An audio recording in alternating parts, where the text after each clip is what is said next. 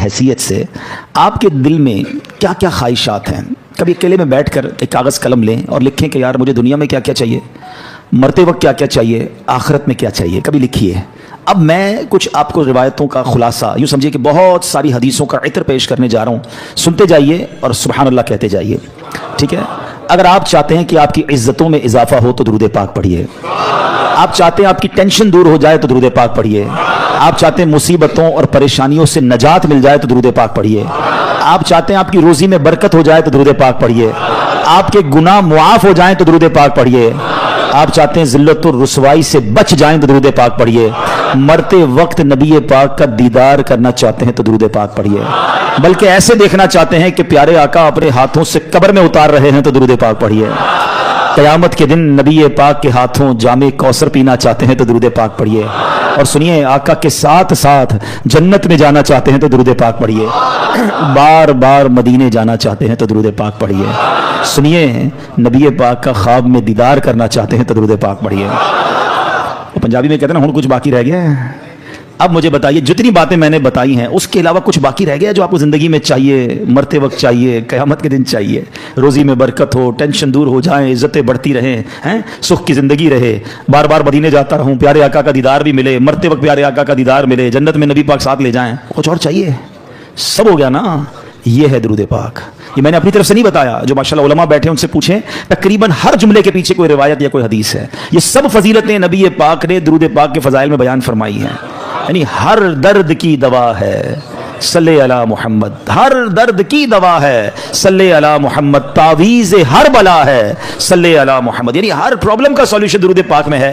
مگر پرابلم یہ ہے کہ ہم درود پاک پڑھتے نہیں ہیں، بہت زیادہ وقت ضائع کرتے ہیں، بہت ٹائم ضائع کرتے ہیں۔ نہ کریں ایسا، درود پاک کو تھام لیں، اس کو اپنی زندگی کا حصہ بنا لیں۔ آپ اپنی آنکھوں سے دیکھیں گے آپ کے مسئلے حل ہو جائیں گے، آپ کی پرابلم سالو ہوگی، آپ ریلیکس فیل کریں گے اور انشاءاللہ دنیا اور آخرت کی برکتیں حاصل کریں گے۔ نیت کر لیں کہ انشاءاللہ آج کے بعد کثرت کے ساتھ درود پاک پڑھیں گے۔ صلو علی الحبیب صلی اللہ تعالی علی محمد صلی اللہ علیہ وسلم۔ شعبان المعظم کی 15ویں رات، شب برات، اس کو برات پتہ ہے کیوں کہتے ہیں؟